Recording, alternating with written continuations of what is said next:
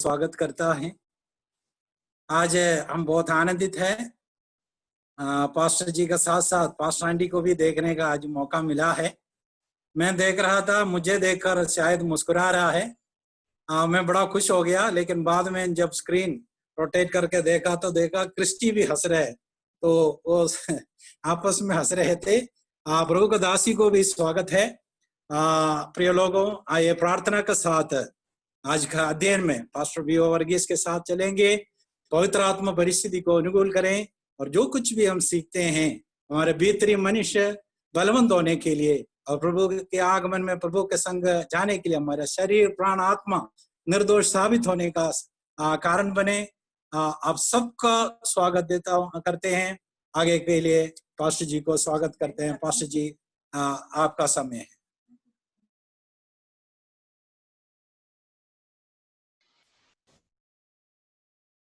अनादिकाल से अनंत काल तक एक सा रहने वाला हमारे त्रिएक परमेश्वर का मैं तहे दिल से धन्यवाद करता हूं। उपस्थित आप तमाम परमेश्वर के दासों और प्रभु के लोगों को जय मसीह की। एक नया सप्ताह परमेश्वर ने हमारे जीवन में दिया कि हम मिलकर प्रभु की उपस्थिति में आवे और प्रभु के वचन की शिक्षा को हम जारी रखें। शायद आप लोगों ने होमवर्क किए होंगे, कुछ भाग में पढ़कर आने के लिए बोला था। मैं पूछना नहीं चाहूंगा, लेकिन आशा है कि आप लोग किए होंगे। उन तमाम भागों में तरह तरह के पाप के बारे में हम देखते हैं। वही मैंने आपको बताया था। हमने कुछ भागों को देखे थे, लेकिन बाकी भागों में जाना नहीं चाहेंगे, वो बहुत लंबा खींचेगा एक एक पाप के बारे में। लेकिन वहां लिखे गए किसी भी पाप हमारी जिंदगी में होना नहीं चाहिए। किसी भी प्रकार के पापों में हमारी जिंदगी नहीं बीतना चाहिए। जैसे मैंने शनिवार को कहा था, जैसे हम लोग कोई बीमारी खून के द्वारा या और किसी के द्वारा टेस्ट करने जाते हैं तो हम प्रार्थना मांगते हैं, प्रार्थना करना सब लोग कि हमारे रिपोर्ट नेगेटिव आ जाए। तो उसी प्रकार इन सारे पापों का रिजल्ट भी हम सबके लिए नेगेटिव आना चाहिए। तो जब तक नेगेटिव नहीं आए और जब तक नेगेटिव ना रहें, तब तक हम तो इलाज, आध्यात्मिक इलाज करता रहें, कराते रहें। तो परमेश्वर के वचन से हम लोग सीखते चलेंगे। परमेश्वर हमें सहायता करें। तो इसलिए उन भागों में जाना नहीं चाहेंगे। तो उधर पूरा पापों का एक तालिका है, पापों की तालिका। 100 के आसपास पापों की एक गिनती वहां हमें मिलेगा। नया नियम वैसे भी आप मत्ती के सुसमाचार से पढ़ करके देखें और आप उसमें नोट करते जाएं, तो मनुष्यों की जिंदगी में पाए जाने वाले पापों के एक बड़ा तालिका प्रभु यीशु मसीह ने और प्रेरितों ने हमें दिया है। और उनमें से कई ऐसे पाप है उठा करके कहे हैं, इन इन पापों को करने वाले कोई परमेश्वर के राज्य में प्रवेश नहीं करेगा। तो उसमें लिखे हुए वचनों के आधार पर हमारे जीवन पवित्र बनाने के लिए हम खुद तैयार हो जाएं, परमेश्वर उसके लिए हमारे सहायता करें। तो आज हम जाएंगे इन सब पापों के पश्चात में आखिरकार दंड की सुनवाई क्या होगा, सजा की सुनवाई क्या होगा। तो वहां केवल एक ही सजा हमें देखने को मिलता है वो है, क्या है? एक बार और पढ़ेंगे 20 का 14 और 15, प्रकाशित वाक्य 20 का 14-15। मृत्यु और अधोलोक आग की झील में डाले गए। यह आग की झील दूसरी मृत्यु है, और जिस किसी का नाम जीवन की पुस्तक में लिखा हुआ ना मिला, वह आग की झील में डाला गया। तो यहां हम देखते हैं जो दंड है आखिरकार उन्हें जो मिला है वो है नरक, आग की झील, आग की झील। तो जो कोई भी इन किसी भी पापों में, चाहे ये सारे पाप पाए जाएं एक व्यक्ति के जीवन में, या इनमें से कोई एक ही पाए जाएं, बाकी हर एक पाप से छूटे हैं, केवल एक ही पाप पाए जाएं, तो भी उन हर किसी को मिलने वाला दंड है आग की झील। तो मत्ती 16 का 27 भी पढ़िएगा, मत्ती 16:27। मनुष्य का पुत्र अपने स्वर्गदूतों के साथ अपने पिता की महिमा में आएगा, और उस समय वह हर एक को उसके कामों के अनुसार प्रतिफल देगा। प्रभु यीशु मसीह मनुष्य का पुत्र करके जो कहा है वो प्रभु यीशु मसीह के लिए है। जब आएगा तो वहां लिखा है हर एक को अपने कामों के अनुसार प्रतिफल देगा। और उसके 11वें अध्याय में भी हम चलेंगे तो देखने को मिलता है,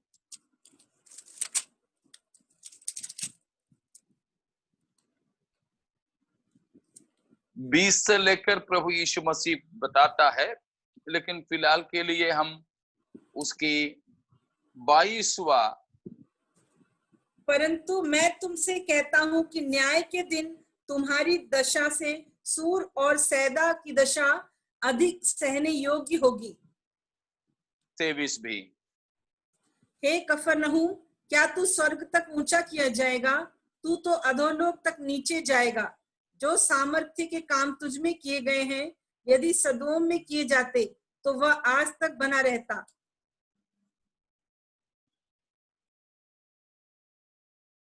प्रकाशित वाक्य ही वहां पर भी प्रभु यीशु मसीह ने अविश्वास किए हुए लोगों के लिए बताया जो वचन सुनकर भी विश्वास नहीं किए, प्रतीत नहीं किए, उनके दशा सूर और सदोम और सदम और गमोरा 4 देशों के बारे में या 4 शहरों के बारे में यीशु मसीह ने बताया, उनकी दशा से भी बेहतर होगा।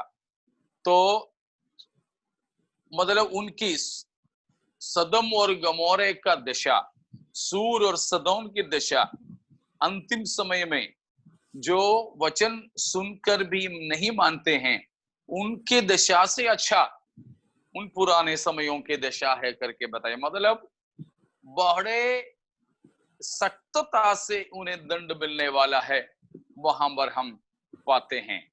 प्रकाशित वाक्य 21 का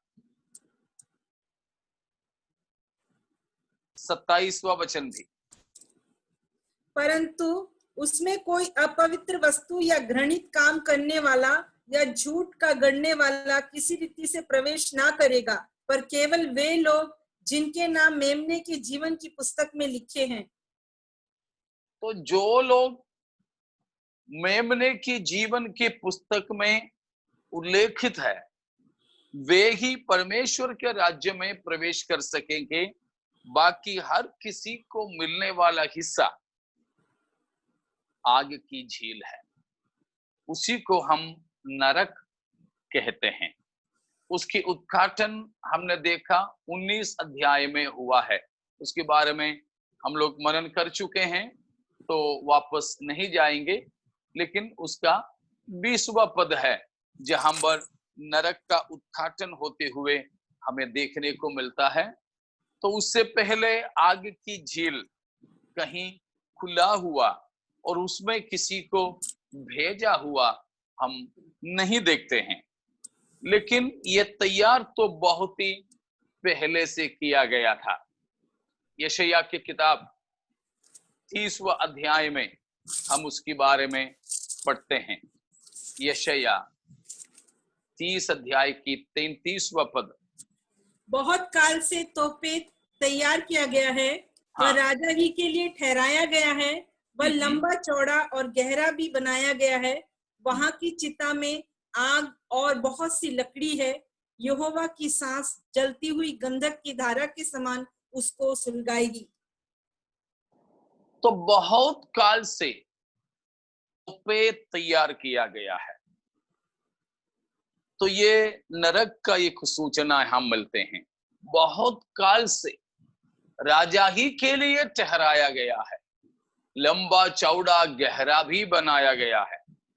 चिता में आग और बहुत सी लकड़ी है।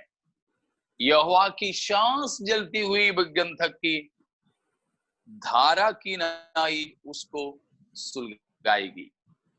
तो परमेश्वर के सांस के द्वारा हमेशा जलते रहने वाला एक जगह, गंधक से जलने वाली जगह, बहुत लंबा चौड़ा गहरा बनाया गया, बहुत काल से बना। तो ये पहले से तैयार है। आप क्या सोचते हो ये कब से तैयार होगा?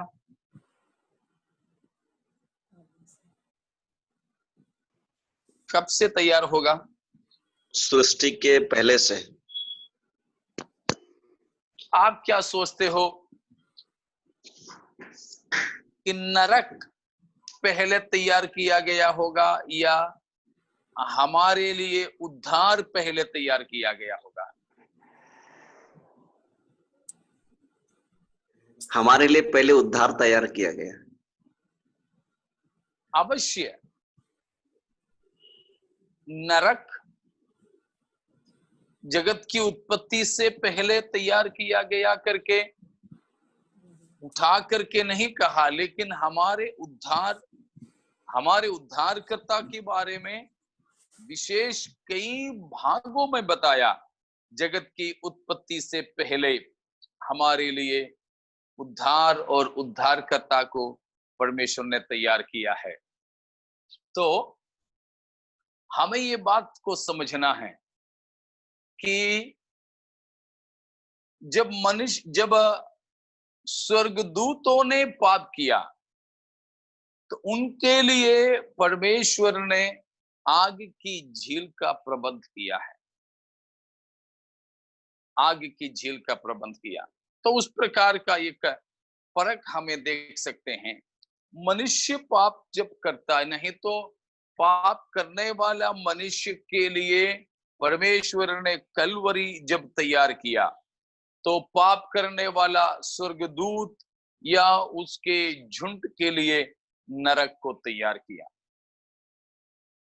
इसीलिए है प्रभु यीशु मसीह अक्सर उसके बारे में बताते रहा। हम आगे को उन बातों को देखेंगे।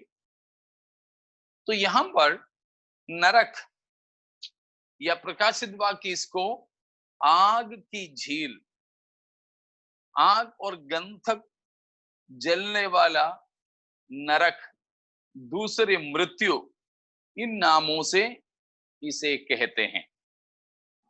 हमें मालूम है कि हमारी भारतीय संस्कृति के अनुसार करीब 28 करोड़ नरक है माने जाते हैं। 28 करोड़ नरक है करके भारतीय संस्कृति के हिसाब से माने जाते हैं। और उनमें 21 तो बहुत ही बड़े और 7 छोटे छोटे हैं। तो इस प्रकार कहे जाते हैं। लेकिन हिंदू धर्म के अनुसार नरक हमेशा दंड देने के लिए नहीं है, पाप क्षमा दिलाने के लिए है। उनके हिसाब से, भारतीय संस्कृति की, हिंदू धर्म के हिसाब से जो नरक है, चाहे कितने भी करोड़ हो, चाहे कितने छोटे बड़े हो, उससे नहीं हमारे मतलब। लेकिन वो जो नरक है, पाप की क्षमा के लिए है। जैसे लोग उसमें डालते जाएंगे, उसमें पड़े पड़े दंड भुगतने के बाद में रिहा किए जाते हैं, वैसे वैसे लोग उसमें से छूट जाते हैं, आखिरी में खाली हो जाते हैं। ये है उनका मानना। जैसे हमारे जेल में जो अपराधी पड़े हैं, दंड का समय काटने के बाद में उसको आजाद किया जाता है, उस प्रकार। लेकिन बाइबल वैसे नहीं बताते हैं। बाइबल एक ही नरक, एक ही आग की झील के बारे में बताते हैं, और वो कितने दिन के लिए है, कितने साल के लिए है नरक? हमेशा के लिए, हमेशा के लिए है, परमानेंट है। उसमें कुछ दिन के लिए नहीं है, हमेशा के लिए है। बाइबल उसके बारे में बताते हैं। Praise God. प्रभु यीशु मसीह ही ने सबसे ज्यादा नरक के बारे में बताया। बाइबल के अंदर सबसे ज्यादा जिन्होंने नरक के बारे में बताया, वो हमारे प्रभु यीशु मसीह स्वयं है। प्रेरितों ने, किसी ने, या पुराने नियम के लेखकों ने, भविष्यद्वक्ताओं ने, इन किसी से भी बढ़कर सबसे ज्यादा नरक के बारे में बताने वाला हमारे प्रभु यीशु मसीह है। तो आपको मालूम है, उर्दू में नरक के लिए जो शब्द दिया जाता है, जहन्नम, जहन्नम। इसीलिए हम लोग गाना भी तो गाते हैं, गुनाह की सजा जहन्नम जहन्नम। मालूम होंगे शायद आपको, गुनाह की सजा जहन्नम जहन्नम करके एक गाना है। तो जहन्नम, वो जहन्नम वैसा ही एक नाम है, इब्रानी भाषा में कहते हैं, वो है गहन्ना। गहन्ना, गहन्ना से शायद उर्दू वाला जहन्नम आया है। तो वैली ऑफ हिन्नोम, वो है गहन्ना जो कहते हैं, वैली ऑफ हिन्नोम। अभी शायद कोरोना जब इटली में हुआ था, इटली में हजारों लोग मारे गए थे कोरोना से, तब शायद आप लोगों ने देखा होगा व्हाट्सएप में, भविष्यवाणी पूरा हो गया, यिर्मयाह की भविष्यवाणी पूरा हो गया करके एक पोस्ट वायरल होकर घूम रहा था। उसमें बताए थे कि यिर्मयाह के पुस्तक में, यिर्मयाह शायद 7 अध्याय की 31 से लेकर के पद है, या और उन्होंने हिनोम वंशियों की तराई में तोपेत नामक ऊंचे स्थान बनाकर अपने बेटे बेटियों को आग में जलाया है, जिसकी आज्ञा मैंने कभी नहीं दी और ना मेरे मन में वह कभी आया। 32। यहोवा की वाणी है, इसलिए ऐसे दिन आते हैं कि वह तराई फिर ना तो तोपेत की और ना हिनोम वंशियों की कहलाएगी, वरन घात की तराई कहलाएगी, और तोपेत में इतनी कब्रें होंगी कि और स्थान ना रहेगा।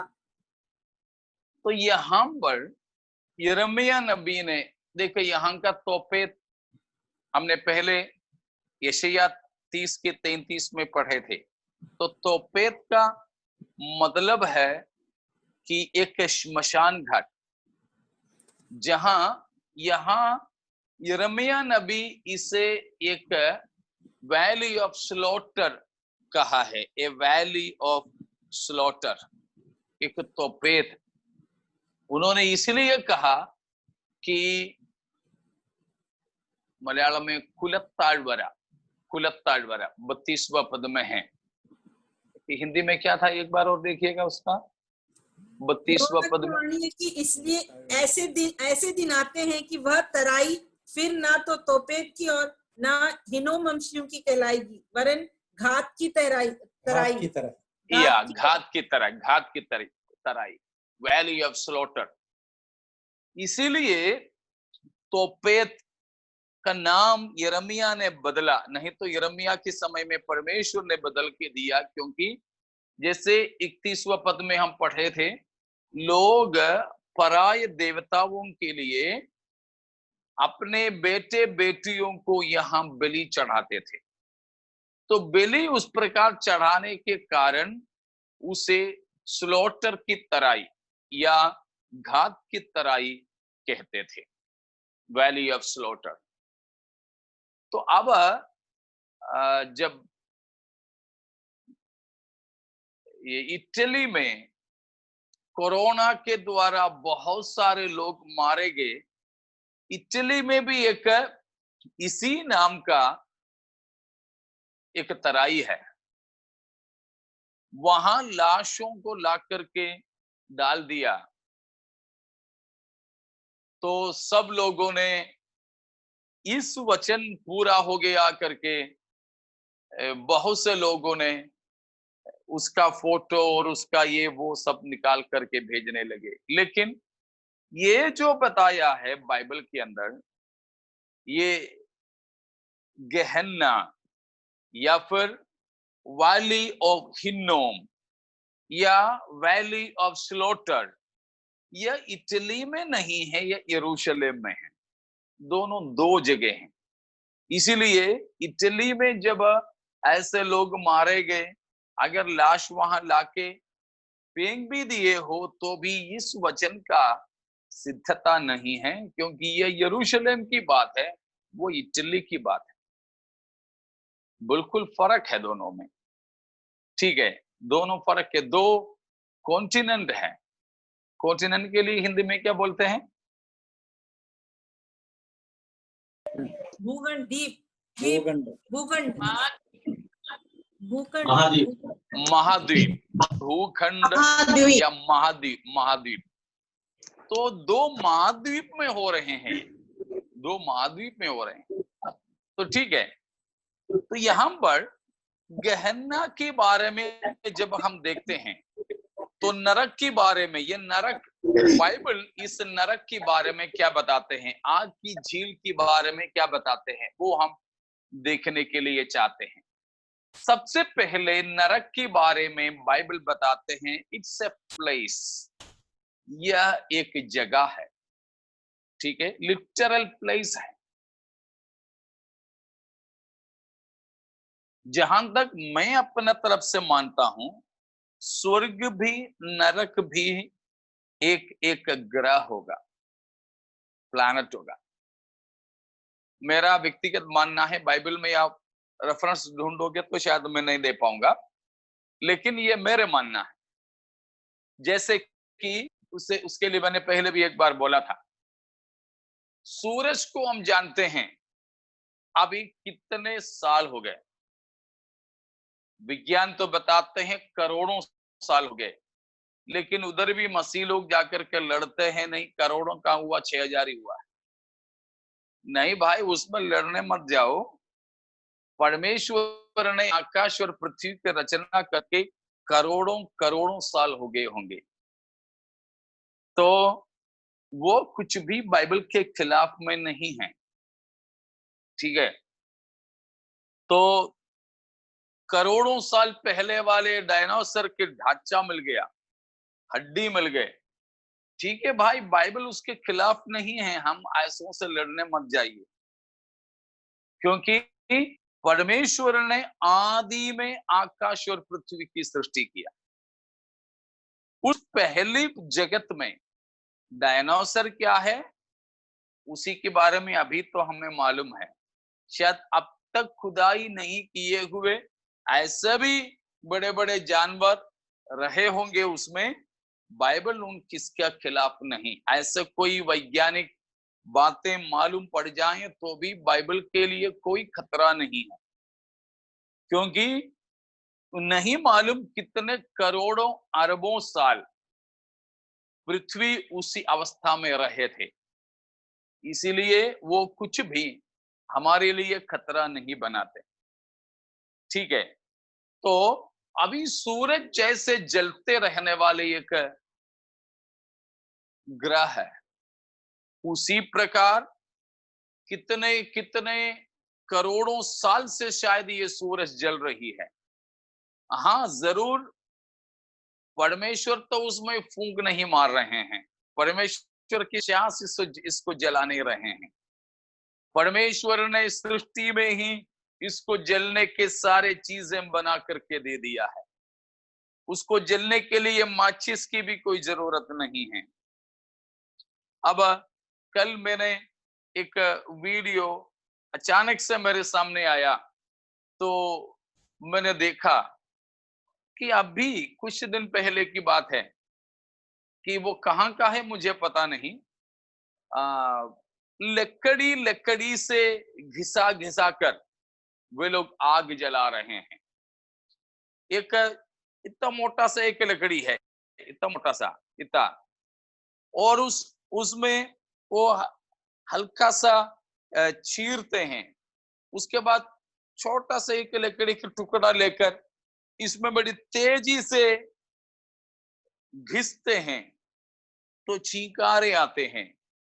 उसको कोई हल्की पुल्की चीजों रख करके, जैसे नारियल की जो क्या बोलते हैं उसको, चगरी, जट्टा जट्टा च, च, जट्टा जट्टा जट्टा, हाँ ठीक है, वो नारियल की जटा से जला करके वो बड़े आग जलाते हैं। तो माचिस या लाइटर को गैस उस प्रकार का कुछ होने की जरूरत नहीं। तो परमेश्वर ने जो भी जलने का चीज सूरज में रख करके उसको रखा है, जल रहे हैं न जाने कितने हजारों साल से। उसी प्रकार का एक ज्वलनशील दूसरा भी एक ग्रह हो सकता है, जिसको परमेश्वर ने सूरज से भी कई कई कई गुना ज्यादा जो तपने का एक जगह बना करके रखे हो। मंगल में और चांद में सब विश्व के लोग जाते हैं। वहां रियल एस्टेट की बिजनेस भी शुरू हुआ है, सुना है। कुछ लोगों ने वहां जमीन भी बना लेकर के रखा, कोरोना की वजह से मकान का काम शुरू नहीं हुआ, सुना। तो ये सब भी ठीक है, चलने दो, मगर क्यों अभी तक सूरज में कोई नहीं गया? क्यों अभी तक सूरज में जमीन खरीदने की कोशिश नहीं किया? तो इच्छा तो होंगे लोगों को, लेकिन डर की मारे नहीं जा पा रहे। उससे भी कई गुना ज्यादा तपने वाली एक ग्रह हो सकता है, नरक। जो भी हो, परमेश्वर ने नरक को जो बनाया, it's a place, it's a literal place. चाहे वो ग्रह हो या पृथ्वी के ही कहीं हो। जब हम बोलते हैं पृथ्वी के नीचे हैं, तो खुदाई कर करके जाओगे तो कहां तक पहुंचोगे। और कुछ लोगों ने, मुझे याद है जब मैं बाई स्कूल में पढ़ता था, शायद मेरा फाइनल ईयर में था, 91 या 92 में था, कि किसी चीज के लिए खुदाई कर करके गए तो बहुत आग वगैरह पृथ्वी के नीचे गया और वहां से बहुत चिल्लाने की आवाज आए, वो नरक है करके कुछ लोगों ने प्रचार किए थे। कुछ साल के बाद में वो भी बंद हो गया। तो इस प्रकार के किसी चीजों के पीछे हमें जाने की जरूरत नहीं है कि परमेश्वर इसी पृथ्वी के नीचे कहीं ही तैयार किया होना जरूरी नहीं, परंतु परमेश्वर ने उसको अलग ही से तैयार करके रखा है।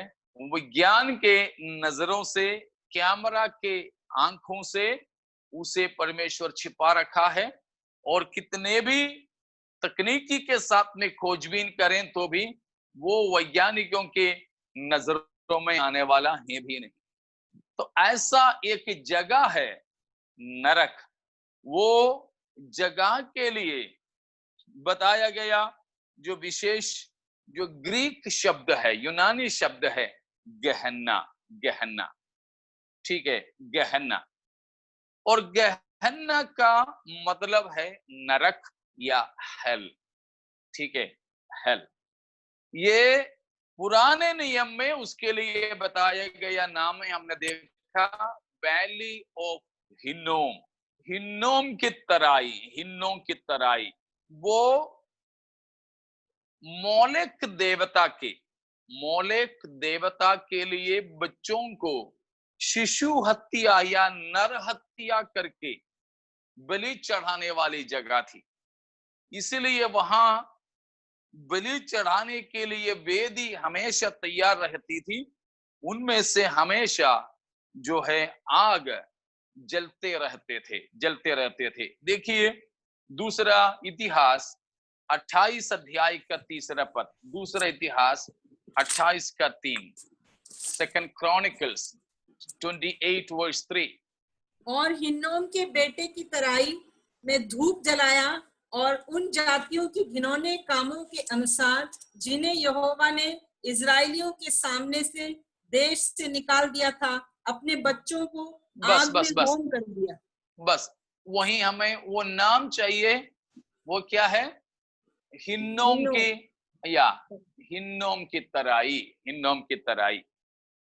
तो वहां पर, वहां हिन्नोम के बेटे की तराई, जहां धूप जलाते हैं और जाति जाति के घिनौने काम के अनुसार लोगों ने अपने बच्चों को होम कर देते थे। तो वो तराई है और वहां बच्चों को बलि चढ़ाते थे, और वहां पर मोलेक देवता के लिए बलि चढ़ाए करते थे। अभी 33 का 6 भी देखिएगा, उसी का दूसरा इतिहास 33 का 6, 33:6।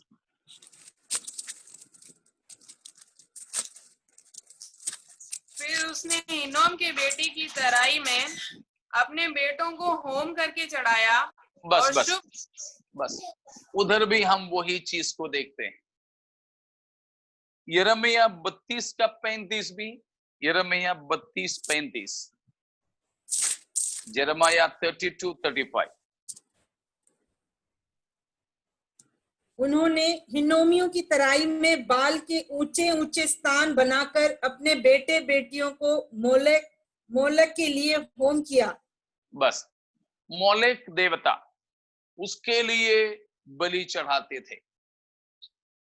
गहन्ना ग्रीक लैंग्वेज में, गहन्ना ग्रीक लैंग्वेज में है, GEHENNA,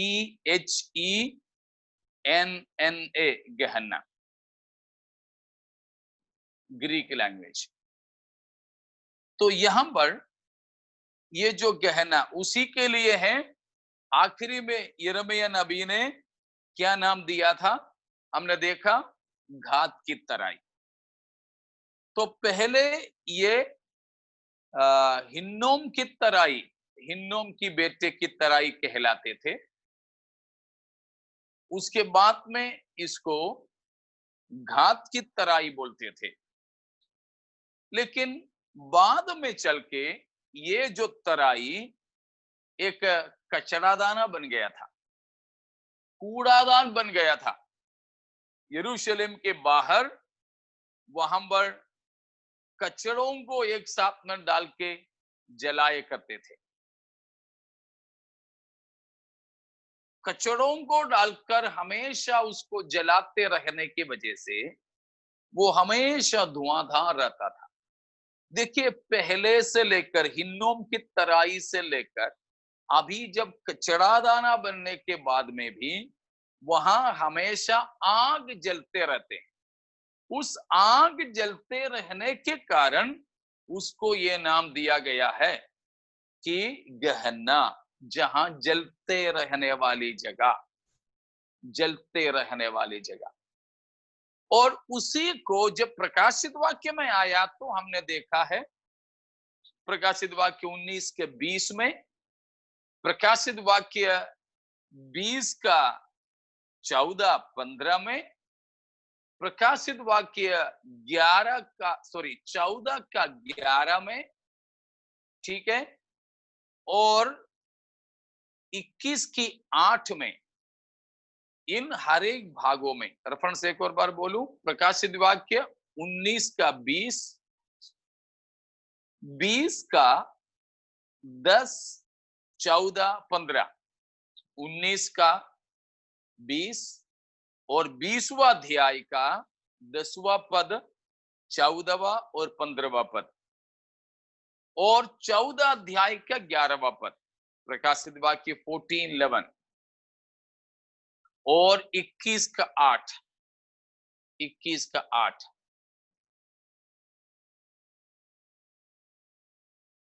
इन हर जगहों पर इस जगह का नाम दिया है आग और गंधक से जलने वाले आग की झील, the lake of fire, fiery lake of burning sulphur,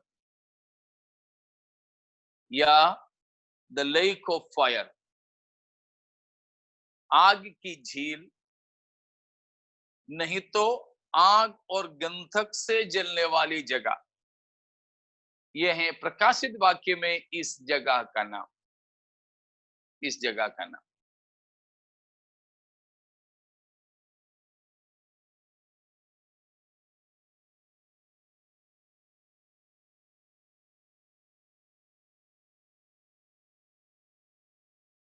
तो यहां पर अलग अलग नाम हमने देखा इस जगह का। तो हम ये देख रहे हैं, नरक कल्पना नहीं है, नरक केवल अभी का कोई अनुभव नहीं है। ऐसे भी शायद आपको मालूम होंगे, मसीहियत में एक गलत कल्टिक शिक्षा है यूनिवर्सलिज्म का नाम से। यूनिवर्सलिज्म शायद आपने सुने होंगे। यूनिवर्सलिज्म का मतलब है कि यीशु मसीह हर एक जन के लिए क्रूस पर मरा। यीशु मसीह हर एक मानव जाति के लिए मरने के कारण कोई भी मनुष्य नाश नहीं होगा, हर किसी का उद्धार होगा, चाहे विश्वास करो या ना करो, चाहे पाप करो या ना करो, हर किसी का उद्धार होगा, कोई भी मनुष्य नाश नहीं होगा। इसीलिए they deny the possibility of a hell, नरक के अस्तित्व के बारे में वे विश्वास नहीं करते हैं। लेकिन बाइबल बताते हैं नहीं, नरक है, नरक है। नरक एक जगह है, एक शाब्दिक तौर पर लिटरली एक जगह है नरक। वो नरक के जगह का नाम को हमने अभी देखा है, गहन्ना, हिन्नोम की तराई, मोलेक के लिए बलि चढ़ाते, बलिवेदी हमेशा जलते रहने वाली एक जगह, बाद में उसको घात की तराई कहा गया। अभी वो कचरा जलाने की जगह है, अभी भी वहां हमेशा कचरे की आग, यूं धुआं निकलते रहते हैं। मतलब उसका यही है कि हमेशा इस्राएलियों के सामने आग जलते रहने वाली जगह का सूचना देकर प्रभु उन्हें यह संदेश देना चाह रहा था कि नरक इसी प्रकार जलते रहने वाली जगह है। उसके अलावा नरक वो नहीं, ये जो तराई है, ठीक है, नरक नहीं है ये जो तराई, लेकिन इस तराई में जैसे हमेशा आग जलते रहते, उसी प्रकार नरक ऐसा जगह है जहां की आग कभी नहीं बुझते, इसलिए उसको इटर्नल लेक ऑफ फायर बताते हैं। मत्ती 18 का 8 को देखिएगा, मत्ती 18 का 8। यदि तेरा हाथ या तेरा पांव तुझे ठोकर खिलाए तो उसे काट कर फेंक दे। टुंडा या लंगड़ा होकर जीवन में प्रवेश करना तेरे लिए इससे भला है कि 2 हाथ या 2 पांव रहते हुए तू अनंत आग में डाला जाए। अनंत आग, एवरलास्टिंग फायर, कभी बुझते नहीं है, वो मतलब मैं बताया है हिन्नोम की तरह, ठीक है। प्रकाशित वाक्य में हमने देखा उसको आग की झील बोलते हैं, गंधक से जलने वाली आग की झील। वो प्रयोग हम सबसे पहले उत्पत्ति में देखते हैं, 19 की 24वां पद में, उत्पत्ति 19 का 24। और उन नगरों को और तब यहोवा ने अपनी ओर से सदोम और अमोरा पर आकाश से गंधक और आग बरसाई। गंधक और आग दोनों एक साथ में। गंधक का काम क्या है? आग को जला के रखना, जैसे हमारे मोम का काम आता है। मोम तो थोड़ी देर के लिए होता है।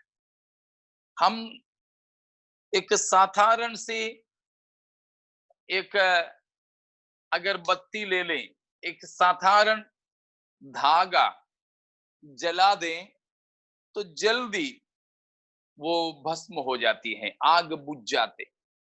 लेकिन उसी धागे को मोम में भिगो करके जला दो तो वो जलता रहेगा।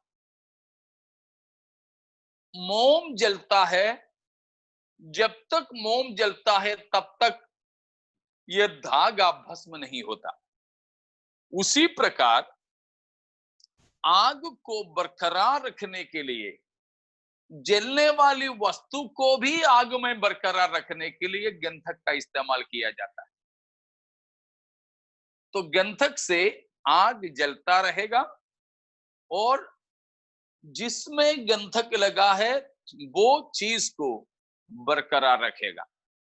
उसके लिए आग और गंधक, उसका पहला प्रयोग उत्पत्ति 19 की 24 में है। उस समय में आग और गंधक पृथ्वी पे गिरा, वो है, हमने देखा पहले एक दिन, मृत सागर, डेड सी। परमेश्वर के असली सृष्टि में शामिल नहीं था मृत सागर, लेकिन आज से करीब 4000 साल पहले वो बनाया गया था। लूत के समय में, इब्राहिम और लूत के समय, लूत जाकर के रहा था सदम अमोरा। वे लोग अनैतिक और बहुत ही गंदे काम करने लगे, तो उनकी पाप से मन नहीं फिराने के कारण परमेश्वर ने उन नगरों को आग और गंधक बरसाकर नाश कर डाला। तो वहां की इमारतें हो, मनुष्य हो, जानवर हो, उस जमीन तक को आग और गंधक ने जलाया। जलाकर स्वर्ग से गिरा दिया गया आग और गंधक, और वहां जो जले वो सभी चीजें अभी भी मृत सागर के तौर पर वहां पाए जाते हैं। पिछले 4000 साल हो गए, उसका नाम ही मृत सागर है, इसलिए कि उसमें जान का एक कण भी संभव नहीं है। जीवन बिल्कुल नहीं हो सकता। ना कोई कच्छू है, ना कोई मच्छी है, ना ही कोई मच्छर है, कुछ नहीं।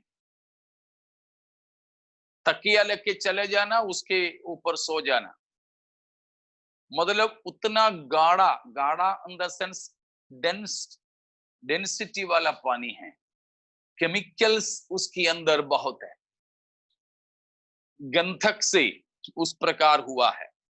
वो अभी भी मनुष्यों के लिए दृष्टांत के तौर पर पड़ा है, परमेश्वर कैसा न्याय करता है, परमेश्वर की न्याय का, परमेश्वर की क्रोध का प्रमाण होकर अभी भी वो वहां पर पड़े हुए हैं। मृत सागर, मृत सागर, डेड सी, बच्चों को मालूम है मृत सागर। पैसा है तो आप जाके देख सकते हैं। हाँ, इसराइल घूमने के लिए चले जाएं तो ये सारी जगह देखने को मिलेगा। ठीक है, तो ग्रीक में दूसरा एक वर्ड आपने सुना है, वो है हेइडिस।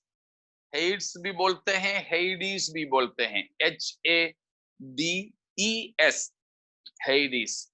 ग्रीक में ऐसा एक शब्द है। हेइडिस का मतलब है the abode of the dead, मरे हुए लोगों का जगह। अर्थात अभी भी मरने वाले पहुंचने वाली जगह के तौर पर यहूदी लोग मानने वाले जगह है हेडिस। पहले भी हमने पुनरुत्थान के बारे में सीखे तो बताया था, हेडिस अथोलोक कहलाता है, पाताल कहते हैं। उसका दो हिस्से माने जाते हैं, एक निचला और एक ऊपरी तट। ऊपरी तट का नाम है इब्राहिम पिता के गोदी या पैराडाइज, वो सब आपको शायद याद होंगे, हम मनन किए थे। और निचला तट है लोअर हेडिस जो बोलते हैं, अथोलोक बोलते हैं, निचला पाताल बोलते हैं। मतलब वो मरे हुए लोगों के आत्माओं के आराम करने की जगह के तौर पर है।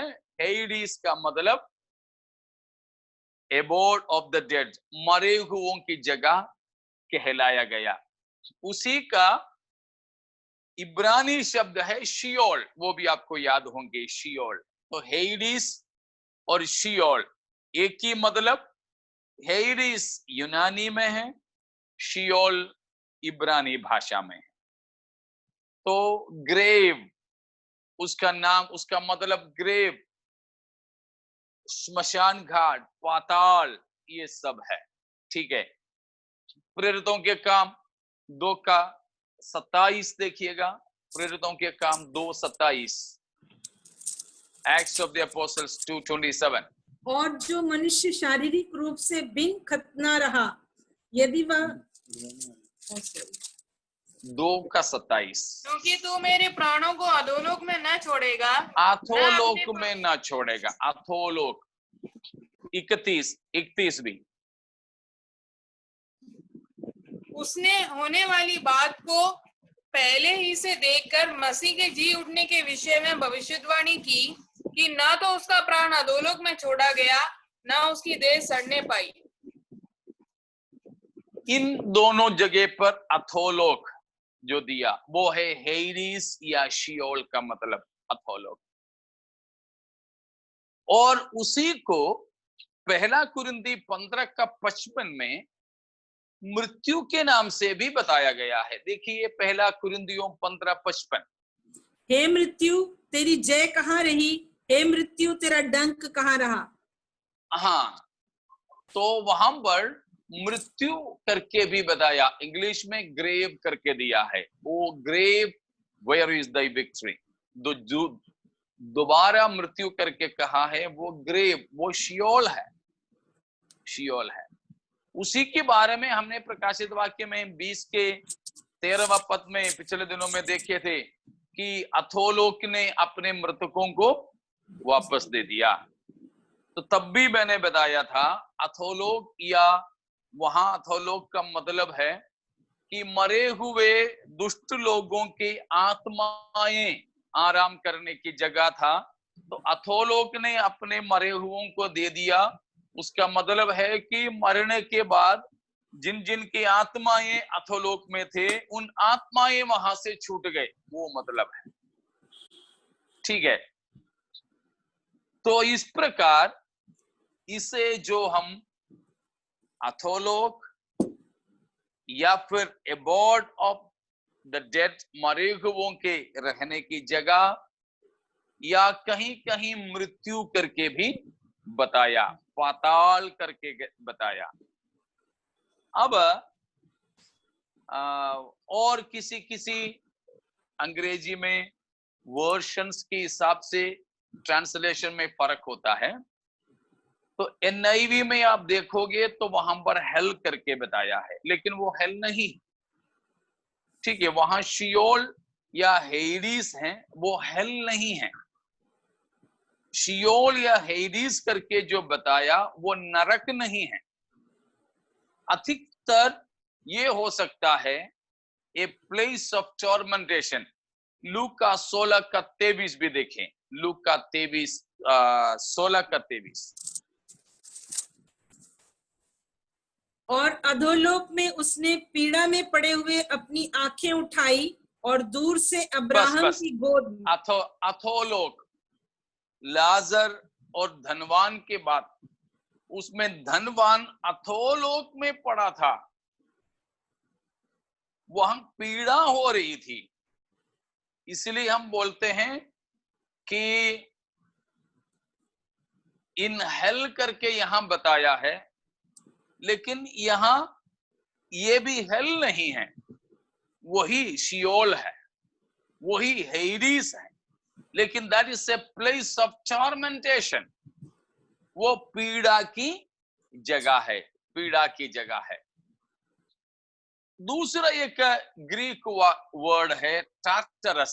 देखिए दूसरा पत्रस 2:4, TARTAROS, टार्टरोस, टार्टरोस। हाँ जी, हाँ पढ़िए। क्योंकि जब परमेश्वर ने उन स्वर्गदूतों को जिन्होंने पाप किया नहीं छोड़ा, पर नरक में भेजकर अंधेरे कुंडों में डाल दिया ताकि न्याय के दिन तक बंदी रहे। वहां पर भी हेल करके अनुवाद किया है, नरक करके हमारी भाषा में दिया है, लेकिन वहां की मूल भाषा है टार्टरोस। टार्टरोस का मतलब है द अंडरवर्ल्ड, वो भी निचले जगह, ठीक है। दाऊद इब्राहिम वाली अंडरवर्ल्ड नहीं है, ठीक है ना, मतलब वही है। अभी हमारे लोग जो आतंकियों के लिए अंडरवर्ल्ड कहते हैं, वो इसी मतलब में है कि सारे बाकी साधारण दुनिया से छिप करके रहने वाले, उस मतलब से बताया जाता है अंडरवर्ल्ड। और उसी के लिए अब्यूसोस भी बताते हैं या अबीस कहते हैं। रोमी 10:7 में है, प्रकाशित वाक्य 11:7 में है। ABUSSOS, ये भी यूनानी भाषा है। ABUSSOS, अब्यूसोस। ये अब्यूसोस का अंग्रेजी है, हम रोमी 10:7 में पढ़ते हैं और प्रकाशित वाक्य 11:7 में पढ़ते हैं, प्रकाशित वाक्य 17:8 में पढ़ते हैं और 20:3 में पढ़ते हैं। 20:3 को पढ़िएगा, हमें परिचित वचन है, प्रकाशित वाक्य 20:3। और उसे अथाह कुंड में डालकर बंद कर दिया। अथाह कुंड में, बस अथाह कुंड। उसके लिए वहां इंग्लिश में देखिए क्या दिया है, वहां पर बॉटमलेस पिट, बॉटमलेस पिट। किसी किसी में हमें देखने को मिलता है अबीस। 17:8 में, 17:8, जो पशु तूने देखा है वह पहले तो था पर अब नहीं है, और अतः कुंड में से निकलकर विनाश में पड़ेगा। उधर भी अथाह कुंड, जिसकी था है ही नहीं। बड़ा मजेदार अनुभव है वो भी। हमने तो बड़े झूले झूले होंगे तो वो एक्सपीरियंस हुआ होगा। ऊपर जाते हैं, ऊपर से नीचे आते हैं तो कैसा लगता है?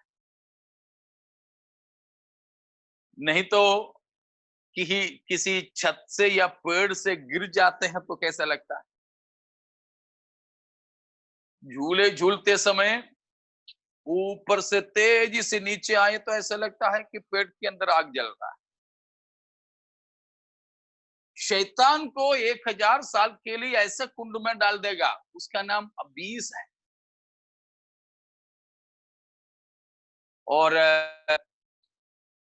प्रकाशित वाक्य के अंदर हम उसी प्रकार के शब्दों को देखते हैं।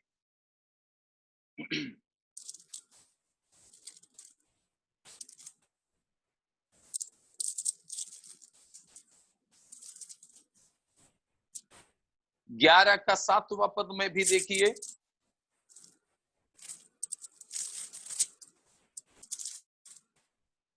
जब वे अपनी गवाही दे चुकेंगे तो वह पशु जो अतः कुंड में से निकलेगा। उन हर जगह पर अथाह कुंड,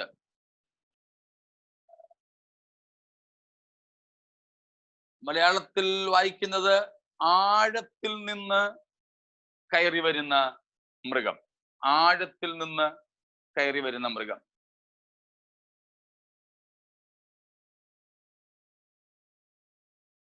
ഇരുപതാമത്തെ അധ്യായത്തിൽ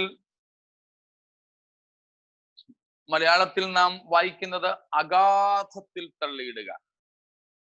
सो दिस निचले स्थान से जो आते हैं उसके लिए दिया है अबीस या बॉटमलेस पिट, ABYSS, वो इंग्लिश है.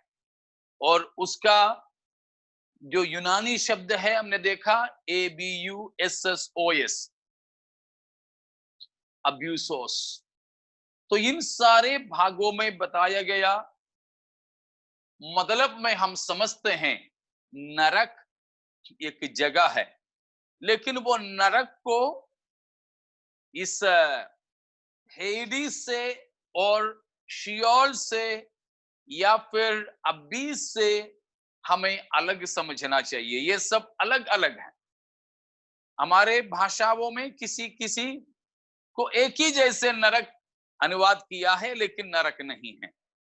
नरक वो है जो अभी लोग वहां डाल दिए जाने हैं. उसके उद्घाटन जैसे मैंने कहा वैसे अभी तक पूरा नहीं हुआ है. इसीलिए ये जगह कैसी जगह है? तो पहले नरक के बारे में हमने देखा इट्स ए प्लेस. नाउ ये कैसा जगह है? It's a place of eternal punishment. It's a place of eternal punishment. हमेशा की दंड देने वाली की जगह है नरक. It's a place of punishment, eternal punishment. मतलब वो पिकनिक की जगह नहीं है, ठीक है? ऐसे कोई नहीं सोचेगा जाकर के जरा घूम के आ जाए, लेकिन वो दंड की जगह है, वो सजा देने की जगह है. कि परमेश्वर के ही नाम है कंज्यूमिंग फायर. हमारे परमेश्वर का ही नाम है भस्म करने वाला आग. इब्रानियों 12 का 29वां पद में हम पढ़ते हैं. और इसीलिए बताया है 10 का 31 में, 10 अध्याय की 31 इब्रानियों की पत्री में, कि हमारे परमेश्वर, जीवित परमेश्वर, उसके हाथों में पड़ना भयानक बात है. तो परमेश्वर भस्म करने वाली आग है और उसके हाथों में पड़ना बिल्कुल भयानक बात है. तो इस प्रकार परमेश्वर के बारे में बताते कि परमेश्वर दंड देने वाला परमेश्वर है.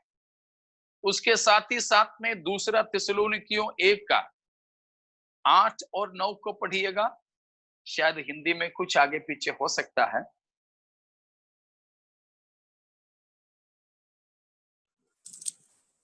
पहला थिस्सलुनीकियों दूसरा थिस्सलुनीकियों पहला अध्याय 8 और 9।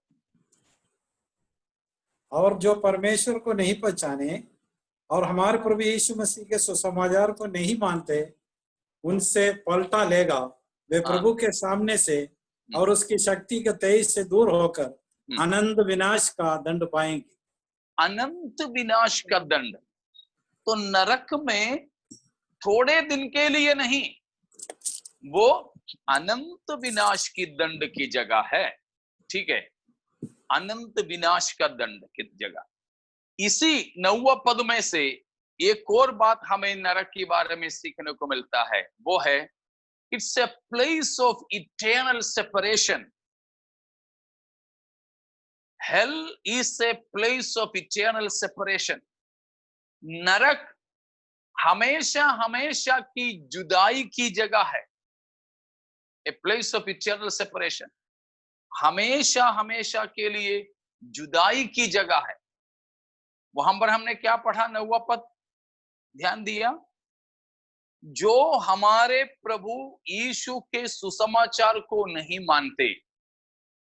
ठीक है, जो हमारे प्रभु यीशु मसीह पर विश्वास नहीं करते, वे प्रभु के सामने से और उसकी शक्ति की तेज से क्या होंगे? दूर होंगे। दूर होके क्या होगा? अनंत विनाश का दंड पाएगा। तो कितने दिन के लिए दूर होंगे? अनंत काल के लिए दूर होंगे। सो नरक एक जगह है, नरक एक अनंतकालीन दंड की जगह है, नरक एक अनंतकालीन अलगदाई की जगह है। मैं आपसे पूछना चाहता हूं कि हम में से कोई नरक जाना तो नहीं चाहते होंगे ना? कोई नहीं चाहते होंगे। नहीं। हाँ, तो धनवान और लाजर के बारे में संडे स्कूल में सिखाया गया। उसके बाद संडे स्कूल टीचर ने पूछा, बच्चों तुमको इनमें से तुम किसकी जैसे बनना चाहते हो? तो सब बच्चों ने बोले कि लाजर जैसे बनना चाहते हैं, स्वर्ग जाना चाहते हैं। एक उस्ताद बच्चा था, उसने बोला, सर मैं तो धरती पे धनवान जैसे और मरने के बाद लाजर जैसे बनना चाहता हूं। ठीक है ना? जब तक जिंदा हूं तब तक मैं किसके जैसे जीऊं? धनवान जैसे। हाँ, धनवान जैसे जीऊं, सब ऐशो आराम की जिंदगी। लेकिन मर जाने के बाद में मुझे लाजर बनना है। हाँ, मरने के बाद मुझे लाजर बनना, जीते जी मुझे धनवान बने रहना। संभव है? संभव है? नहीं। नहीं। लेकिन वो बच्चे की तरह हम में से बहुत तेरे लोगों के तो चाहत यही तो होंगे। नहीं होगा, संभव नहीं है। धरती पर लाजर जैसे रहोगे तो मरने के बाद भी लाजर जैसे रह सकते। जीते जी में धनवान जैसे रहोगे तो मरने के बाद भी धनवान जैसे ही रहोगे। ठीक है, तो हम में से कोई भी नरक जाना तो नहीं चाहते। ठीक है, अच्छी बात, कभी नहीं चाहना। गुस्से में भी होकर के मत बोलना मैं नरक जला जाऊंगा। कभी कभी पास्टर से गुस्सा करते हैं तो बोलते हैं कि ठीक है, तुम सबको प्रचार करके स्वर्ग लेके जाना, मैं तो नरक चला जाऊंगा। कोई बच्चे भी माँ बाप से बोलते हैं, बेटा तू ये कर नहीं तो नरक जाना पड़ेगा। तो बच्चे भी गुस्से में माँ बाप को बोलते हैं कि मैं नरक ही जाऊंगा, तुम लोग चले जाना स्वर्ग में। लेकिन नरक में हमको सताने मत आ जाना। हाँ, कुछ बच्चे तो ऐसे भी बोलते हैं, तुम तो चले जाओ स्वर्ग में, मैं तो नरक जाऊंगा, लेकिन एक बात है, नरक में भी मुझे सताने मत आ जाना। कुछ पति पत्नियों में भी ऐसे बोलते होंगे। ऐसे कोई पति पत्नी, माँ बाप, बच्चे इस बीच में है तो मन फिरा लेना। ठीक है, कोई ऐसे में मत रहना, मजाक में भी मत बोलना। अगर खुदा ने हाँ बोल दिया, आमीन बोल दिया आपके कहने पे, तो बस नरक ही जाओगे। ठीक है, ऐसा ना हो। तो मैं सवाल आपसे ये करना चाह रहा हूं, what makes the hell? What is the utmost dreadful thing of hell? नरक को नरक बनाने वाले सबसे खास बात क्या है, या नरक के सबसे भयानकता क्या है आपके हिसाब से?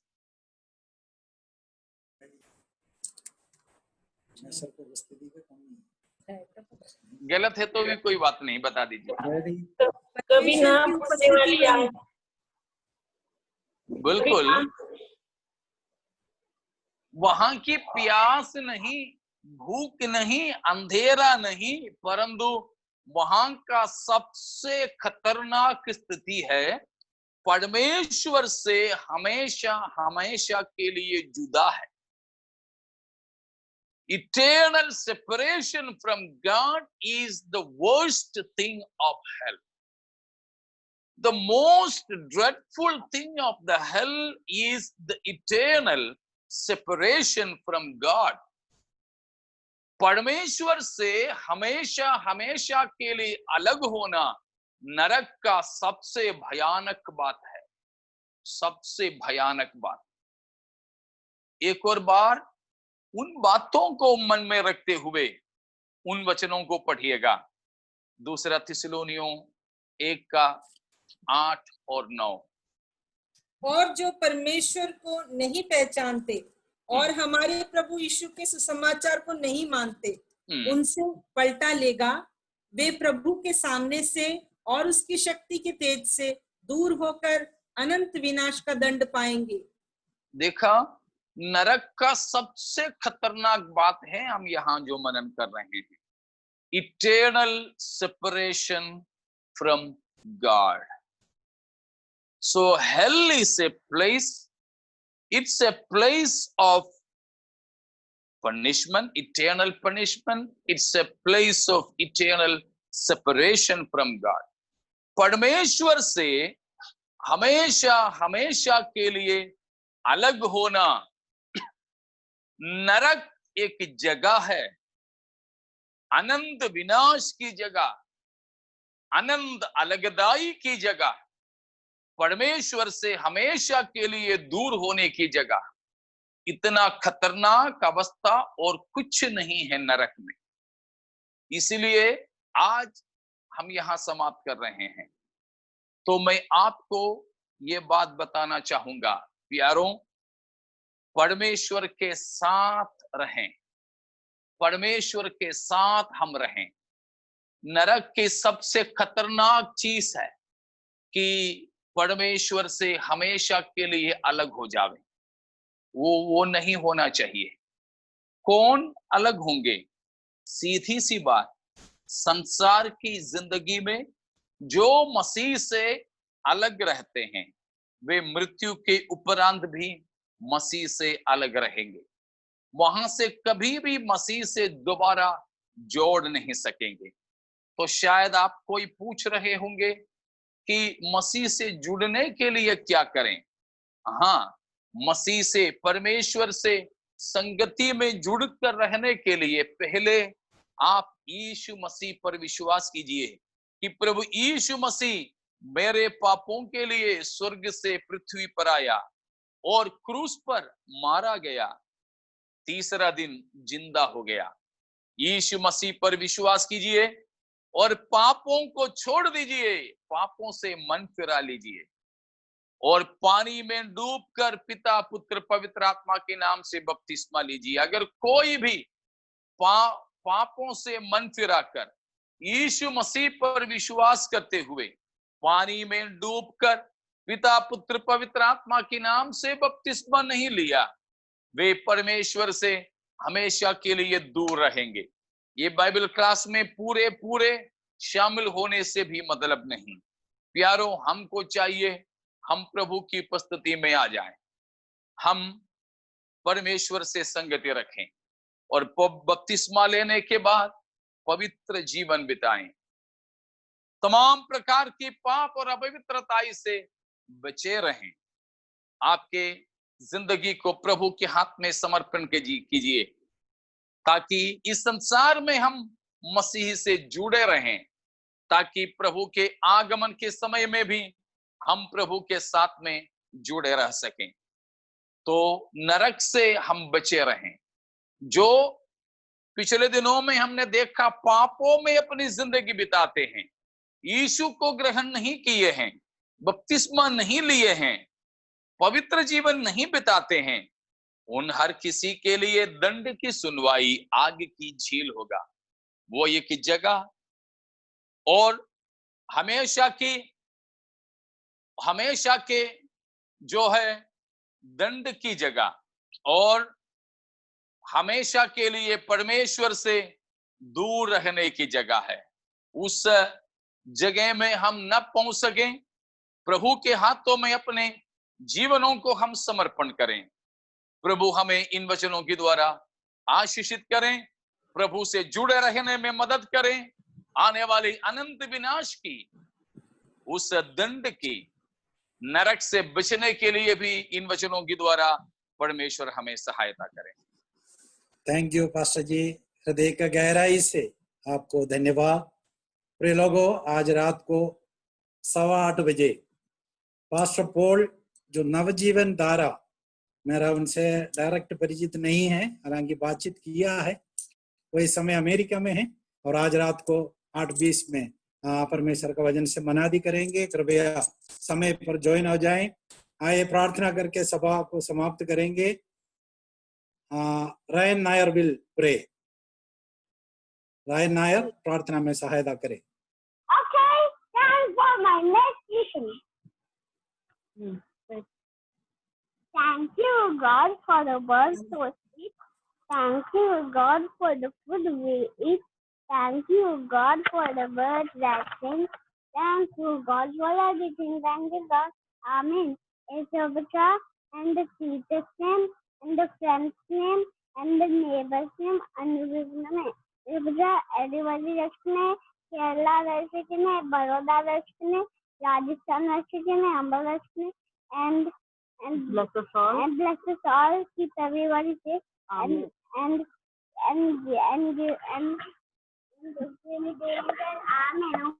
And I love you, God. Give me very well and give me lots of very well. Thank you Ryan Nair. प्रभु आपको बहुत से आशीष दे।